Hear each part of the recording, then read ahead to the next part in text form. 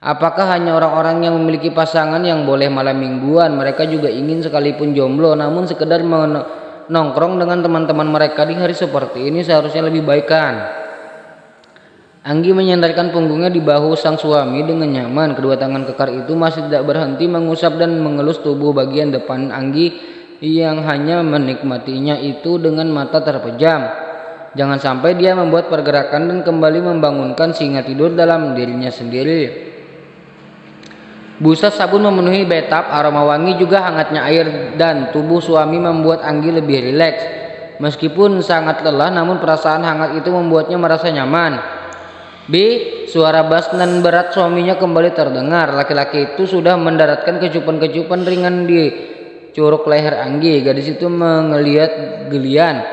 Tubuhnya meremang merasakan tuskan belut listrik yang kembali menegang di balik punggungnya. Gumam Anggi tertahan. Dia menggigit bibir bawahnya agar suara Lokno tidak keluar dan semakin membakar gairah suami. My Almor. Yes baby, call me please. Suara Rehan semakin merdu di telinga Anggi. Suara keputusasaan yang sedikit mendayu itu membuat Anggi ingin menjerit dalam hati. Beginilah dia selalu berakhir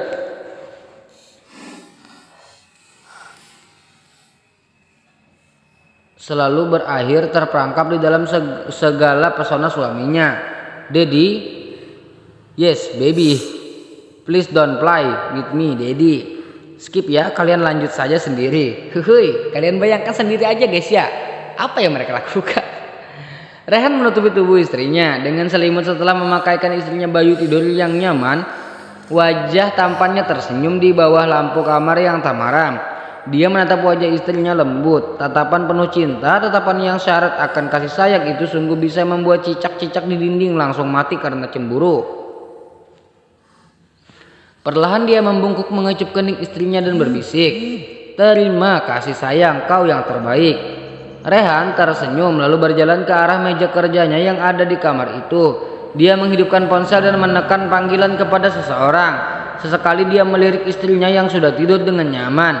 Hatinya kembali berdebar mengingat Angginya yang polos kini sudah mulai terbiasa dengan kegiatan panas yang mereka lakukan. Memiliki istri seperti Anggi sangat membahagiakan karena dia bisa menuntun dan memberikan arahan yang seharusnya agar dia dan gadis itu bisa menikmati setiap kegiatan yang mereka lakukan. Baik, saya akan mempersiapkannya. Jangan sampai ada yang terlewatkan. Baik Tuan Muda. Mau kemana Bi? Tanya Aldi melihat Anggi yang sudah rapi. Dengan penampilannya, gadis itu sedikit memoles, wajahnya cantik dan lebih berseri, terlebih bercahaya dan lebih segar. Sebenarnya hal ini baik yang terjadi belakangan ini sampai Anggi dan Rehan selalu terlihat bahagia di setiap kesempatan. Anggi mau pergi sama Dita dan Nafisa. Kita sudah hampir 3 hari nggak bertemu. Ini udah hampir sore Bi. Kak Rehan kan masih di kantor. Anggi udah izin sama Om Rehan. Katanya Anggi boleh pergi, nanti tante sama Om yang jagain Anggi juga ikut kok. Tapi Anggi menyuruh mereka ngawasin Anggi dari jauh aja. Malu dong Anggi kak, masa udah gede masih diawasin kayak anak bayi. Bima mengangguk mendengar penjelasan dari Anggi. Mereka tidak bisa mencegahnya jika memang Anggi sudah meminta izin kepada suaminya. Ada bodyguard yang akan menjaga gadis ini, tidak ada yang harus mereka khawatirkan, bukan? Ya sudah, kamu pergilah sekarang. Sepertinya Dita sudah di luar. Jangan pulang terlalu malam, nanti Kak Rehan marah. Ibu juga lagi pergi, gak usah nyari ibu untuk pamit. Aldi berbicara namun matanya masih fokus pada layar ponsel. Dia sedang bermain game bersama dengan Bima saat ini. Kedua orang itu menjawab salam dari Anggi ketika gadis itu sudah pergi. Hai Nafisa, memekik lalu memeluk Anggi. Dita membukakan pintu mobil untuk sang tuan putri. Makin cakep aja lo beb, udah disuntik vitamin ya? Nafisa melotot sementara Anggi terlihat acuh dan langsung masuk ke mobil. Apa sih Dita bergumam saat Nafisa menyenggol lengannya. Jangan ngabrut Dit, kita kan nggak tahu Anggi udah dimakan sama Om Rehan apa belum. Ya itu dia, tugas kita sekarang adalah mencari tahu. Udah sekarang kita masuk aja, udah sore, nongkrong di kafe yang pinggir jalan itu aja ya. Kan kemarin udah dikasih duit sama pawangnya si anak kecilinci. Terserah kamu Dit. Sesampainya di kafe, mereka bertiga terlihat sangat menikmati makanan yang mereka pesan. Sesekali mereka tertawa. Semoga hal baik ini selalu menjadi Anggi. Sangat bahagia memiliki Dita dan Nafisa. Tiba-tiba saja dia teringat teman lamanya Tania. Apa dia baik-baik saja? Mereka sudah jarang berkomunikasi karena Tania marah dengan kepergian Anggi yang tiba-tiba.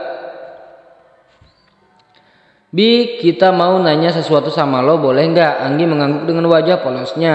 Dita tersenyum dengan senyuman yang luar biasa cerah. Jadi lo udah wik-wik belum? Jadi lo udah wik-wik belum sama sugar daddy lo itu? Anggi menatap Dita dengan kening yang berkerut. Sementara Nafisa dia menepuk jidatnya merasa dongkol mendengar pertanyaan absurd Dita. Wik-wik apaan? Dita mendesah. Seharusnya dia menanyakannya dengan lugaskan. Temannya ini memang pintar dalam pelajaran sekolah, namun jika sudah menyangkut masalah kayak gini otaknya mendadak lengser ke dengkul. Maksud gue, Dita berbisik di telinga Anggi. Anggi mengangguk dengan wajah yang memerah padam. Dia menunduk sambil mengaduk minuman di dalam gelas. Sebenarnya ini agak memalukan, namun dia tidak mungkin menyembunyikan ini dari si keong racun. Asli lo nggak bercanda kan? Gimana rasanya Bi? Enak nggak? Kata orang-orang enak loh. Sakit nggak? Punya Om Rehan segede apa? Kalau nggak takut burung suami lo kecil ya? Anggi melotot ke arah Dita. Sekarang dia sudah mengerti maksud dari kata burung. Jika saja Nandita tahu segagah dan sekuat apa si betok, Dita pasti akan ternganga. Yakin banget Anggi kalau Dita tidak akan berani menghina burung milik suaminya. Aduh Dit, jangan ngaco kamu. Kalau kamu mau tahu rasanya, cepat nikah sana. Jangan mengotori pikiran Anggi. Jangan dijawab Bi. Kalau kamu jawab, dia akan terus berbicara tanpa mau berhenti. Anggi mengangguk. Dia kembali menyantap cemilannya sembari membalas pesan-pesan yang suaminya kirim. Sudut bibirnya tertarik ke atas melihat bagaimana perhatiannya Rehan padanya. Halo, kenapa? Nggak apa-apa. Anggi cuma kangen aja sama Om. Om masih kerja. Iya, masih ada beberapa dokumen yang harus aku tinjau dan aku tanda tangani. Sudah makan belum? Jangan pulang terlalu malam. Kalau ini sudah selesai, aku akan menjemputmu. Anggi sudah makan Om sama Om masih kerja. Om sudah makan kan? Anggi tutup dulu teleponnya. Dadah Om, semangat. Bi, kamu melupakan sesuatu. Apa? Flying kiss. Rehan tertawa dengan wajah memerah ketika Anggi memberikan kecupan jarak jauh. Dia benar-benar terlihat seperti ABG yang sedang jatuh cinta. Dito sampai membulatkan matanya melihat kelakuan sang bos. Sementara Rehan, orang itu terlihat sangat cuek seolah-olah tidak ada siapapun di sana. Tuan, ini ada tambahan sedikit dokumen. Dito menyerahkan dokumen itu pada Rehan. Rehan menautkan alisnya. Dia melihat dokumen-dokumen itu lalu melihat wajah Dito. Kau bilang ini sedikit, Dit? Jangan bercanda kamu. Saya harus menjemput Anggi. Apa ini tidak bisa kita kerjakan besok saja? Dito menggelengkan kepalanya. Tidak bisa Tuan, ini akhir bulan, banyak sekali yang harus ditandatangani. Kalau dokumen ini berhenti di sini, maka pekerjaan semua orang akan terhambat. Dito membungkuk untuk meminta maaf. Ini adalah perusahaan milik keluarga Rehan, namun kenapa agaknya dia lebih mementingkan perusahaan ketimbang yang punya? Sudahlah, kau bisa keluar Dit. Aku kan menyelesaikan ini secepatnya. Baik Tuan, terima kasih. Di sisi lain, Anggi, Dita, dan Nafisa terlihat sedang berjalan-jalan di trotoar. Mereka sedang menikmati indahnya suasana malam itu. Banyak orang berlalu lalang menikmati waktu senggang mereka dengan berjalan-jalan di dekat taman. Apakah kalian akan melanjutkan kuliah di sini? Rehan bertanya sembari memutar-mutar ponselnya. Kita masih belum tahu Bi, masih nyari kampus yang sesuai. Dengan biaya yang tidak terlalu mahal, kau tahu sendirilah kita itu nggak sekaya suami kamu. Jadi kita nggak bisa sembarangan milih kampus aja gitu. Anggi mengangguk mengerti. Dia juga sebenarnya belum memastikan ingin kuliah di mana dan mau kuliah jurusan apa. Anggi masih ingin bersantai untuk sementara waktu ini. Anggi turun dari trotoar saat ponselnya jatuh ke jalanan. Gadis itu seolah-olah lupa kalau di sana banyak kendaraan yang berlalu lalang. Baru akan berbicara kembali, Nafisa dan Dita langsung terbelalak melihat sebuah mobil yang melaju ke arah Anggi. Anggi, kedua orang itu berteriak bersamaan. Brak, brak, brak, brak, brak. Semua orang mendadak riuh. Mereka semua berkerumunan mengelilingi ketiga gadis yang sama-sama terkapar di atas aspal. Panggil ambulan. Cepat tolong mereka. Ya ampun, bagaimana mungkin ini terjadi? Apa kau bilang? Jangan bercanda. denganku. Berikan ponsel itu kepada pemiliknya.